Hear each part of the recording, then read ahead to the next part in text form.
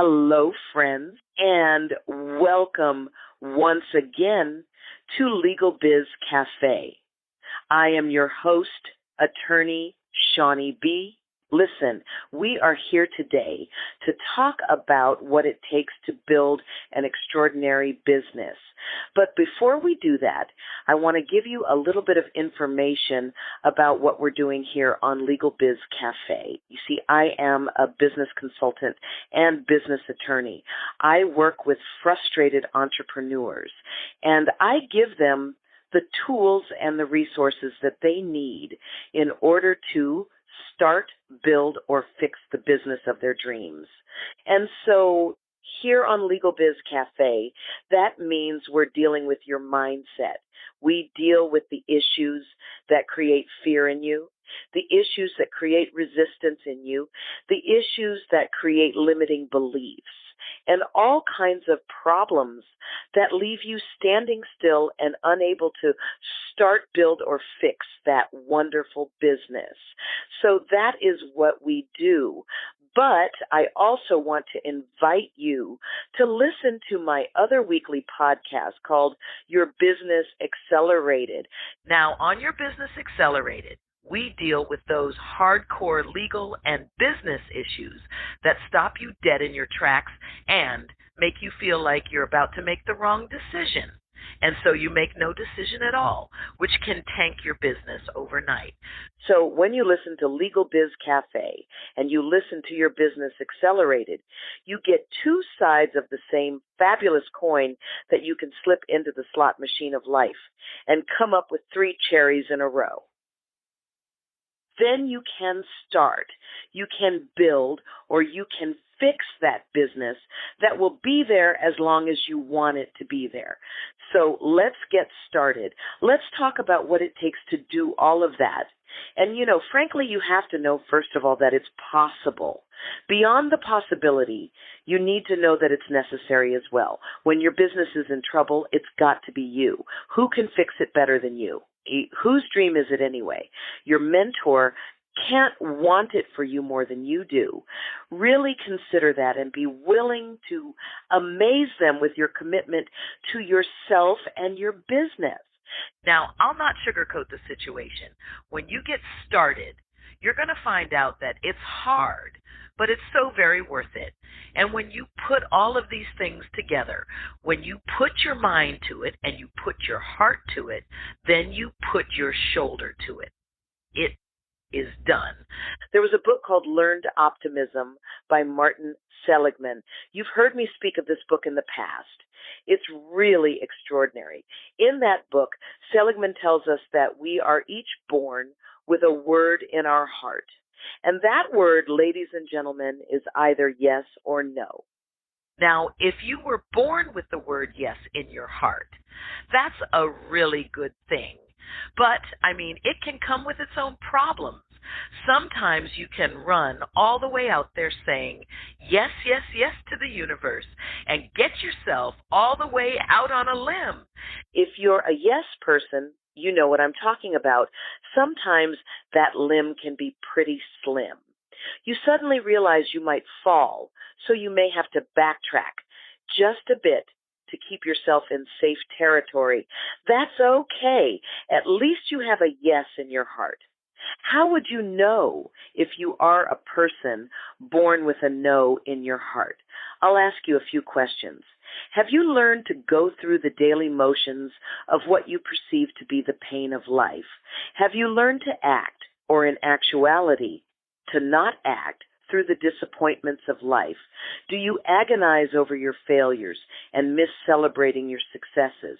Has life taught you through losing that you're helpless, that there's nothing you can do, that you can't start that business, that you can't build that business, that you can't fix that business of your dreams because you don't have the connections, because you weren't born on the right side of the tracks, because you don't have just the right education that you think you need in order to start, build, or fix that beautiful business? Have you laid down in the pain as a result? Do you have a no in your heart, one that you were born with or one that the world has foisted on you? I want you to examine that closely, and if it's there in your heart, see what you can do to turn that no into a yes, so that you know it is possible for you to start, build, or fix the business you've been dreaming about. It is absolutely necessary, ladies and gentlemen, that you do whatever it takes to motivate and educate yourself to build an extraordinary business. See, I may have need of the life-saving vaccine that you might create one day. I need to read the book that you're going to write. I need my hair done and my nails done, and I can't do that myself. I need you to start that hairdresser salon. I need you to start that nail spa. I need you to design those clothes because I can't do it for myself. You see, I need you to live your dream, and I'm being completely selfish about it.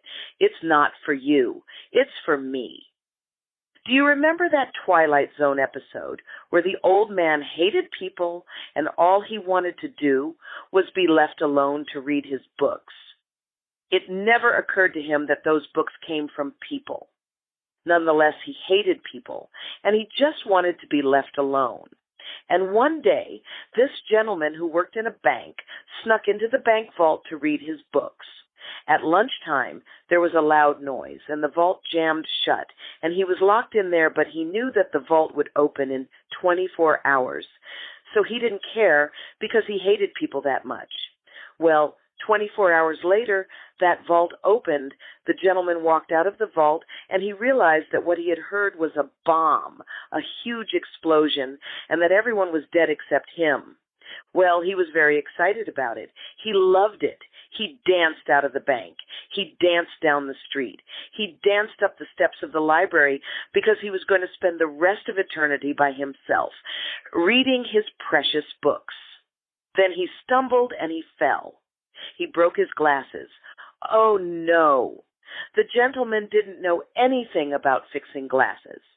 As he sat on the steps of the library, he could not see well enough to even find an optometrist's office where he could maybe find a pair of glasses. He was devastated, and he sat down in the pain. Folks, we need each other. We need one another to get that entrepreneurial spirit to start, build, or fix that business of our dreams. It is absolutely necessary. And guess why? Because building that amazing business is all on you. It has to be all on you. You are the only one who can bring your vision to life. Only you have that education. Only you have that skill set. Only you have seen the universe in the way that you have seen the universe, and only you see the world through your gift.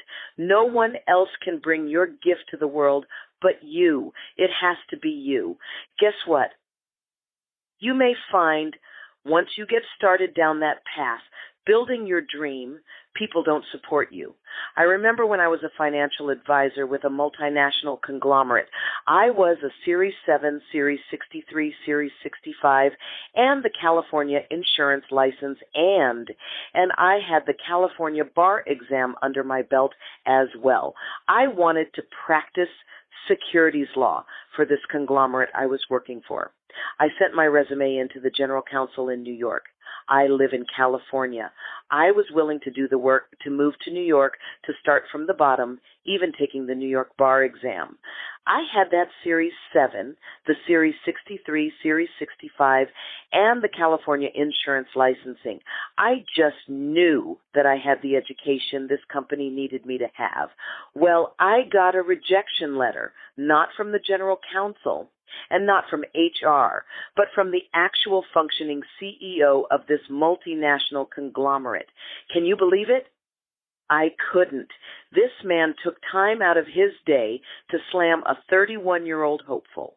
He told me in no uncertain terms that they only make lateral hires from law firms, and there was no job for me in their legal department. They offered me a job in compliance instead. Why was that man bothering to take the time to shoot down my dream? Rather than be insulted, I asked myself, what kind of impact must I have caused in the New York office with my resume? I took that letter to the branch sales manager's office, and this man actually looked me right in my face, and he said to me, "You're not white, you're not male, you're not 25, and you do not have an MBA. A securities attorney job will never happen for you. You can't do it." That's what he said to me. Well, first of all, I said to him, "I'm awfully glad you're not in charge of my future."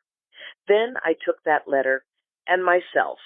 I walked out of that company and went on to immediately get myself a job practicing law as a securities attorney for another publicly traded company.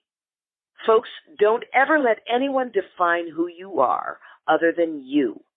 Every time someone tries to draw a box around you, I want you to step outside of it, pick it up, hand it to them, and tell them, "This belongs to you."